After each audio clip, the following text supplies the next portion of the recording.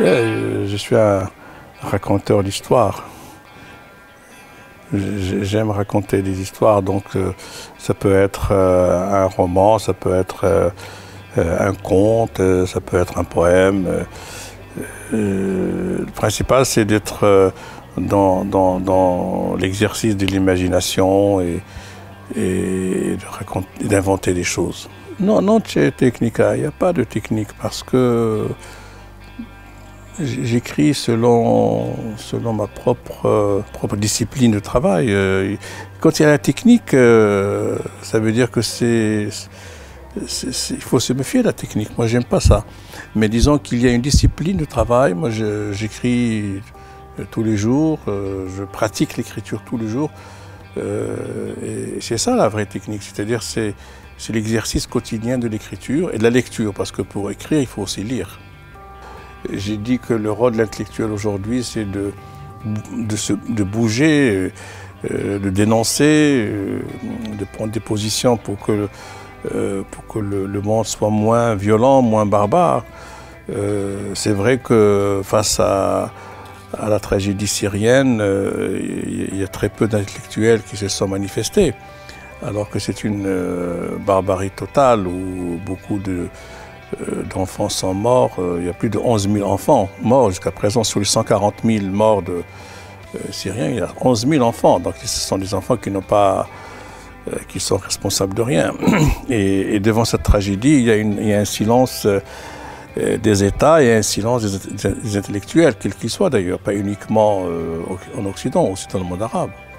Mais ce n'est pas uniquement en Italie, vous savez, en Allemagne ou en France ou en Espagne, les intellectuels s'occupent beaucoup plus d'eux-mêmes que des problèmes, le problème des autres. Avant, c'est-à-dire dans les années 70, il y avait Jean-Paul Sartre, il y avait Jean Genet, il y avait Michel Foucault, il y avait Claude Mauriac, il y avait Moravia, il y avait Pasolini, il y avait des écrivains, des artistes qui descendaient dans la rue pour protester contre la guerre au Vietnam, contre l'exploitation des immigrés, contre le racisme. Aujourd'hui, en Europe, les gens se préoccupent plus de leurs problèmes propres que de ce qui se passe à l'extérieur. Mais ça, c'est une évolution des sociétés. Hein. Je n'ai pas à les juger, mais je constate ça. Non, ce n'est pas une question de courage, une question, à mon avis, de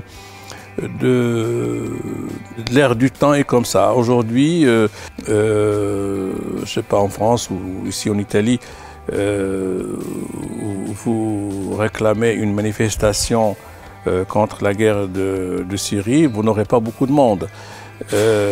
Il y a eu la dernière grande manifestation en France qui a rassemblé des centaines de milliers de gens, c'était contre le mariage gay.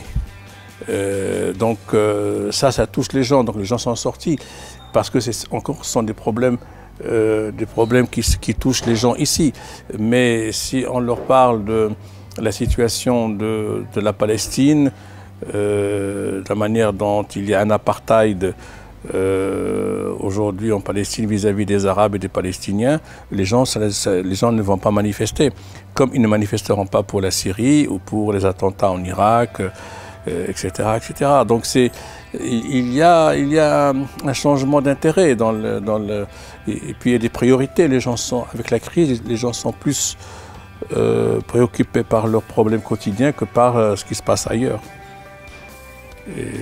Et puis il faut rendre hommage quand même à Dédica qui a rendu cet entretien possible, parce que je suis là et je trouve que Dédica est une initiative formidable, unique en Europe, qu'il faut saluer. Okay?